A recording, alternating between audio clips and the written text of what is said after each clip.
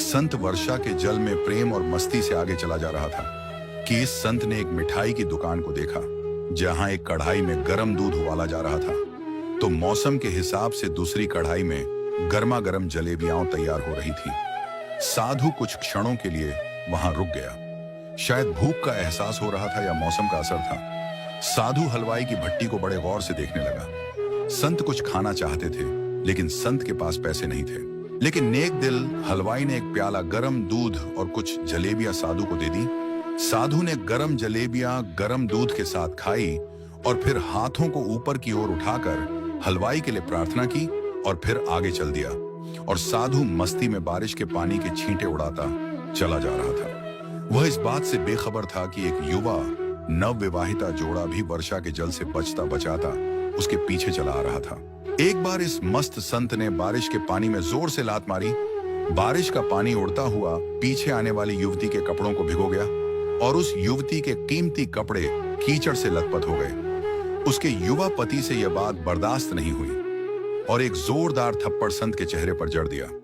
बूढ़ा संत थप्पड़ के ताप न झेलता हुआ लड़खड़ाता हुआ नीचे जा पड़ा। युवक ने जब संत को नीचे गिरता देखा तो मुस्कुराते हुए वहां से चल दिया। बूढ़े संत ने आकाश की ओर देखा और उसके होठों से निकला, वाह मेरे भगवान, कभी गरम दूध जलेबियां और कभी गरम थप्पड़। यह कहता हुआ फिर एक बार वो अपने रास्ते पर चल दिया।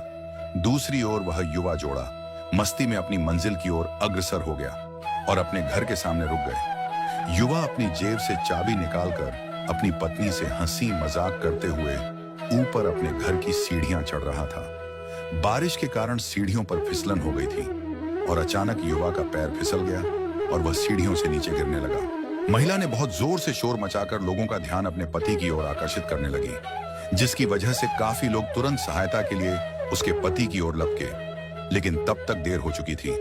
युवक का सिर फट गया था और कुछ ही देर में ज्यादा खून बह जाने के कारण उसके प्राण पखेरु उड़ गए। कुछ लोगों ने दूर से आते संत बाबा को देखा तो आपस में कानाफुसली होने लगी कि निश्चित रूप से इस संत बाबा ने थप्पड़ खाकर श्राप दिया है, अन्यथा ऐसे नौजवान युवक का केवल सीढ़ियों से गिरकर प्राण निकलना अचंभे की बात लगती है।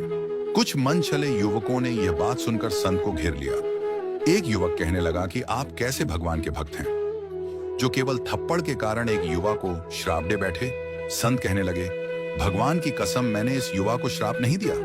अगर आपने श्राप नहीं दिया तो ऐसा नौजवान युवा सीढ़ियों से गिरकर कैसे मर गया? तब संत ने कहा कि आप में से कोई इस पूरी घटना का गवाह मौजूद है? तभी एक युवक आगे बढ़कर बोला कि हाँ मैं हूं। साधु ने अगला सवाल किया, मेरे कदमों से जो कीचड़ उछला था उसने युवा के कपड़े को दागी किया था? युवा बोला कि नहीं, लेकिन महिला के कपड़े जरूर खराब हुए थे। संत ने आगे पूछा कि फिर युवक ने मुझे क्यों मारा? युवा कहने लगा कि वह युवा इस महिला का प्रेमी था और यह बर्दाश्त नहीं कर सका कि कोई उसके प्रेमी के कपड़ों को गंदा करे, इसलिए उस युवक ने आपको मारा। युवा की बात सुनकर संत बोले कि भगवान की कसम, मैंने किसी को श्राप नहीं दिया, लेकिन कोई है जो मुझसे प्रेम रखता है। अगर उसका यार सहन नहीं कर सका तो मेरे यार को कैसे बर्दाश्त होगा कि कोई मुझे मारे, और वह इतना शक्तिशाली है कि दुनिया का सबसे बड़ा राजा भी उसकी लाठी से डरता है। उस परमात्मा की लाठी दिखाई नहीं देती और आवाज भी नहीं करती, लेकिन पड़ती है तो बहुत दर्द देती है। हमारे कर्म ही हमें उसकी लाठी से बचाते हैं। बस कर्म अच्छे होने चाहिए।